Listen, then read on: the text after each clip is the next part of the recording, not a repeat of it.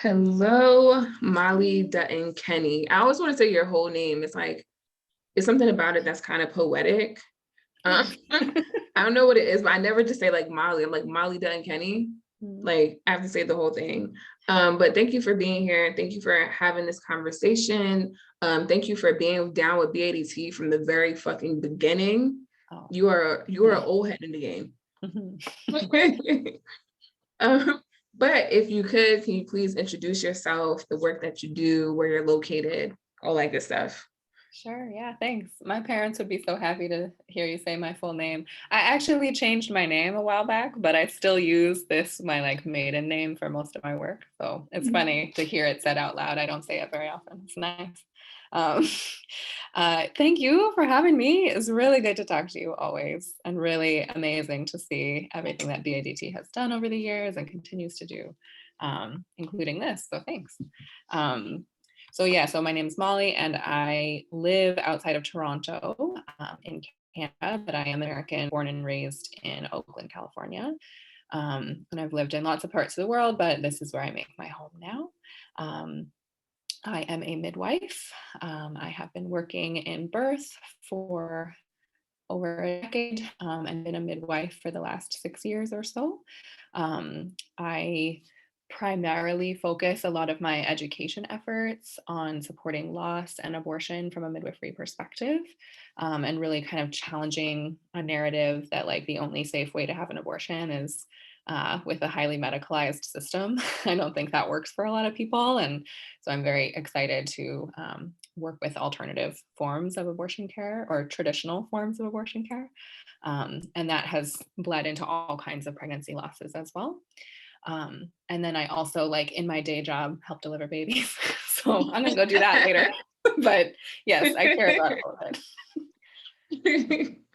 Well, you have been one of our guest speakers at BADT for our abortion conversation for years now, because everyone just loves your approach. They love the information. And always, we just always hear good things about your conversation with folks. So obviously we know right now that there is big things happening in this possible post-Roe space that we're looking into. But one of the questions that I have for you is with Roe, and I know that you are from the US and working in Canada or living in Canada. How does that affect Canada? Like, Yeah. Are we leading the way to destruction everywhere? As usual. Yes. Fantastic leadership worldwide. Yes, definitely Canadians are nervous. Looking at what happens in America tends to have a significant influence on Canadian politics. Abortion is generally considered like a done deal here in Canada, where we're like, yeah, we're not having that conversation anymore. That's been done. We're not revisiting it. And at this moment, most of our political leaders have reiterated that specifically and have been like, yeah, we're not reopening this here. It's done. We're good. Abortion is legal and somewhat accessible in Canada. However, a lot of border towns are preparing for migration for people to get healthcare in Canada. Similar that border towns in the southern border prepare for that. Everyone who lives in Michigan and Idaho and like this whole swath that borders up with Canada are preparing that way. So all the abortion clinics here are hiring right now because they expect that we're going to have a lot of demand. Wow. Yeah. Wow.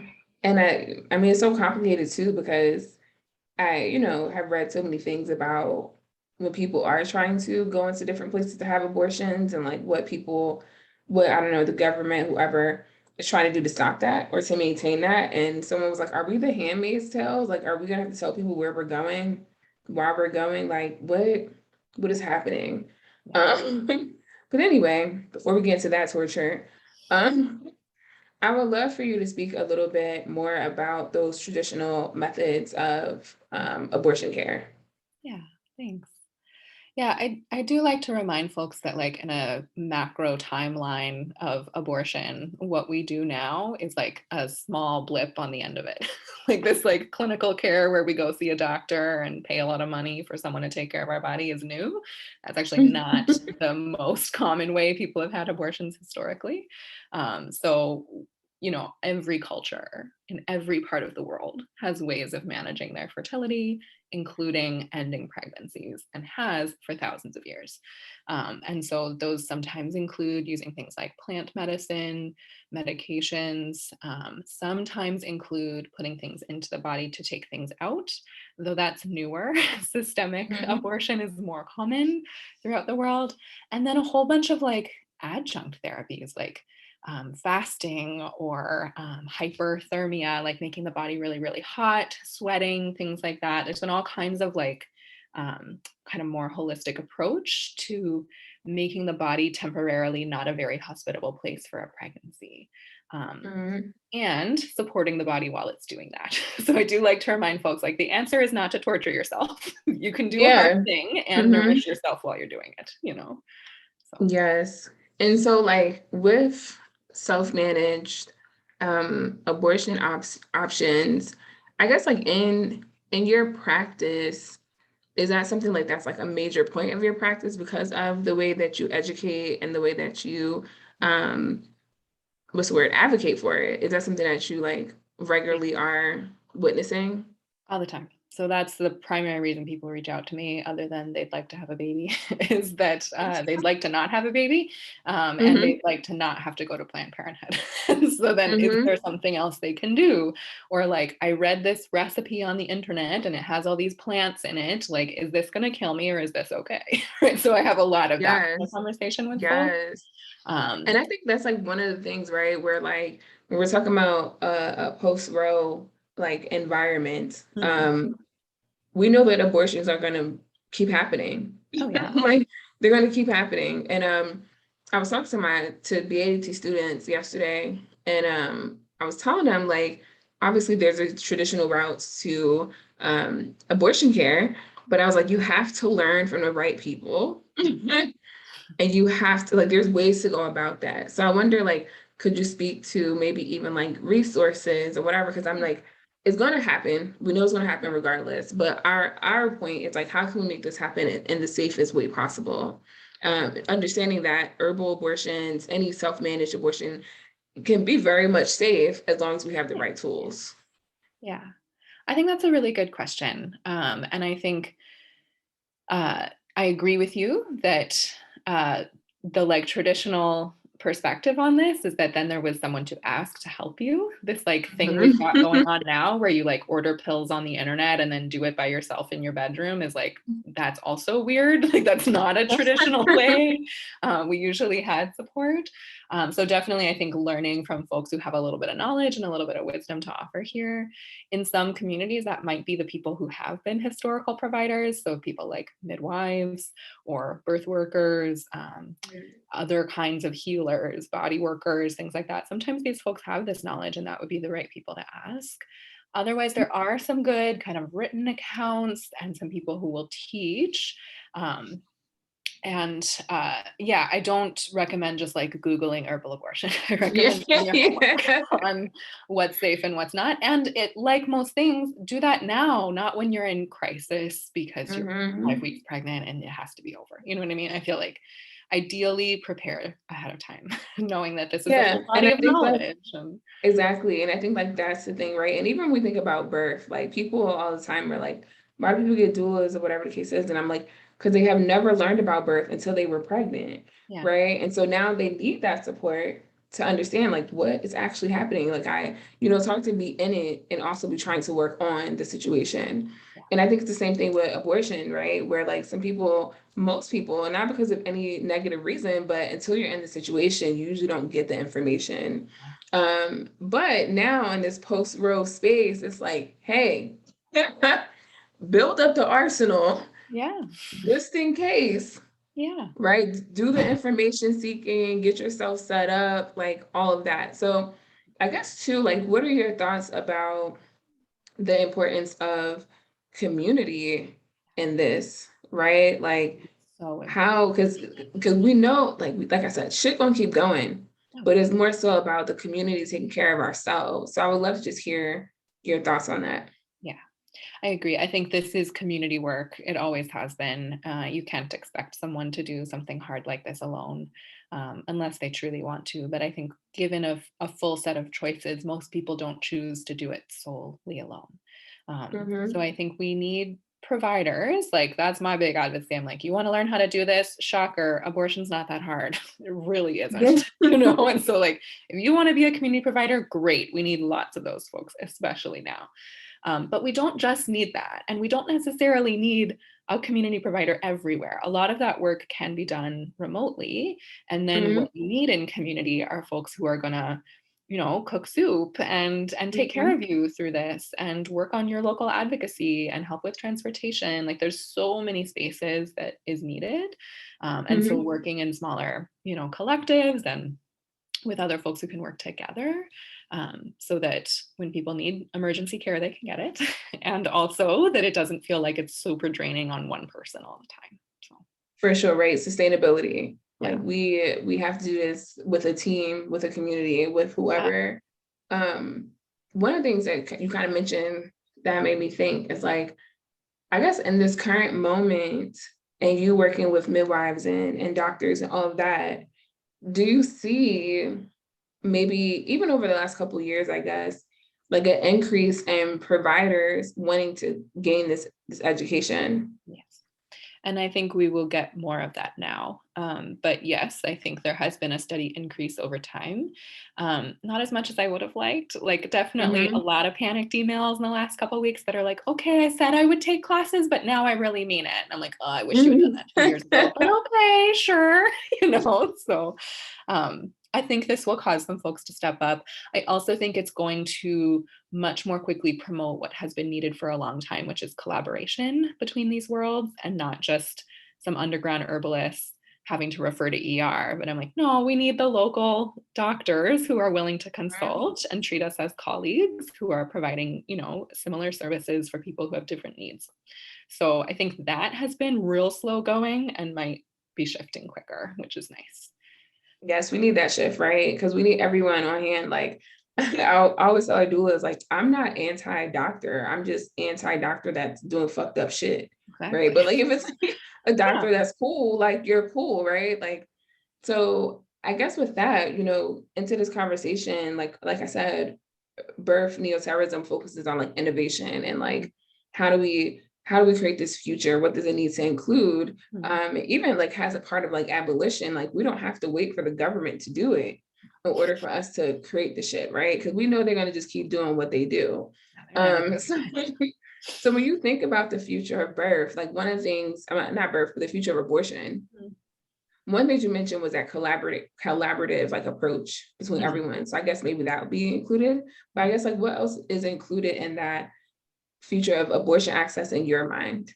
Yeah. What's needed? Yeah. What needs to So be innovated? Like what? mhm. I I would didn't like to see like a huge like psychological and culture shift around abortion. And I would like to see truly self-managed abortion. Like that term means nothing.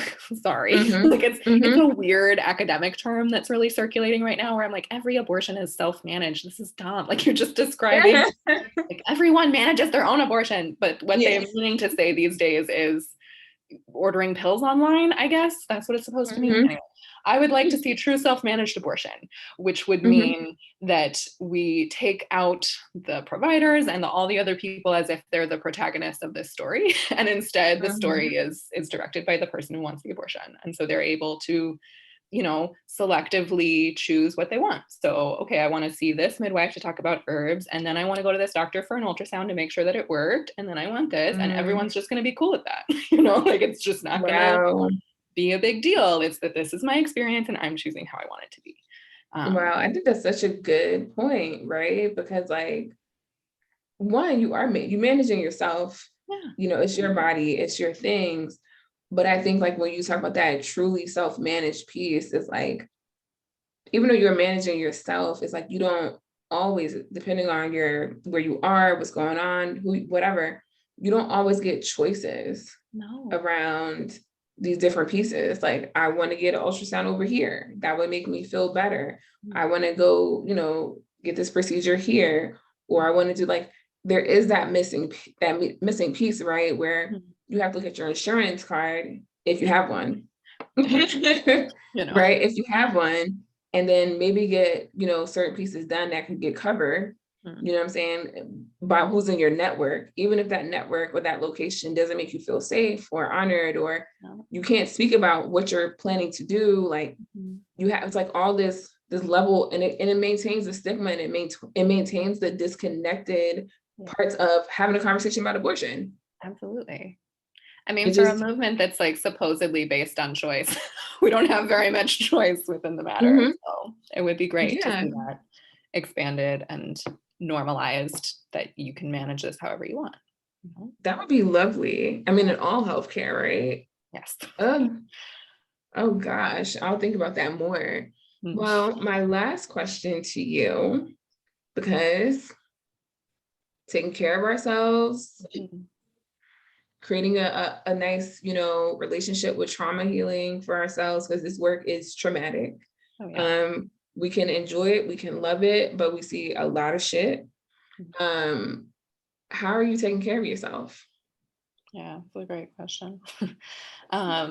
I waffle with it. Like, I feel like some days are real good and some days are not. But my like biggest practice in the last couple of weeks has been around drawing boundaries, specifically with my phone and with my time.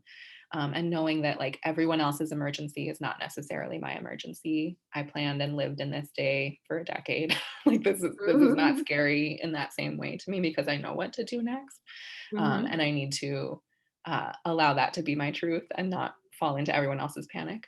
So like the other day I made like a form reply to text message, and then I just texted it to 20 pending messages that I was like, stop bothering me, like, I will reply to you when I'm ready. Here's some other resources, have fun, and I feel like that was helpful, and that's unusual for me. I usually am like very trying to help everyone. Most of us, yeah.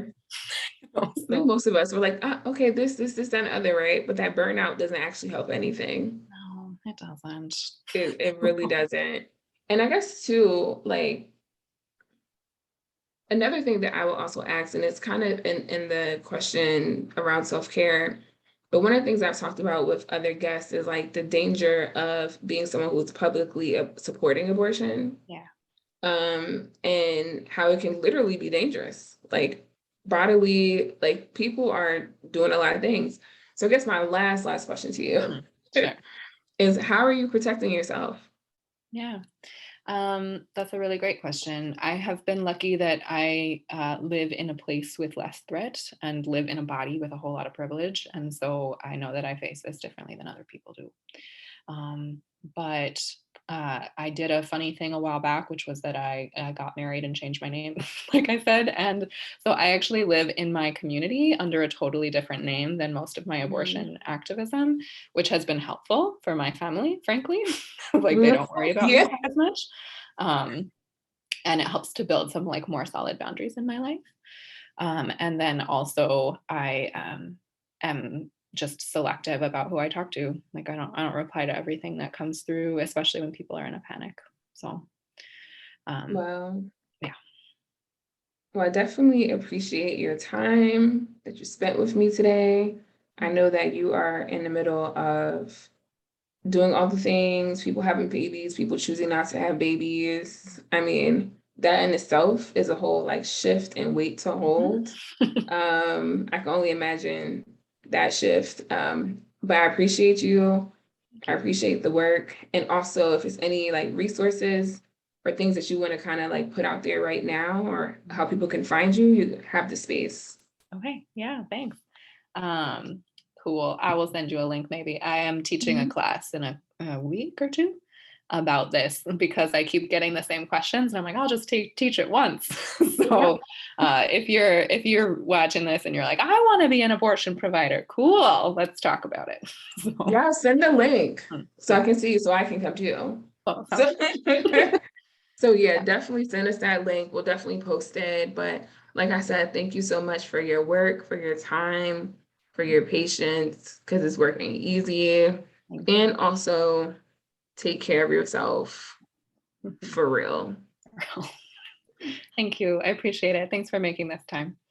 Of course.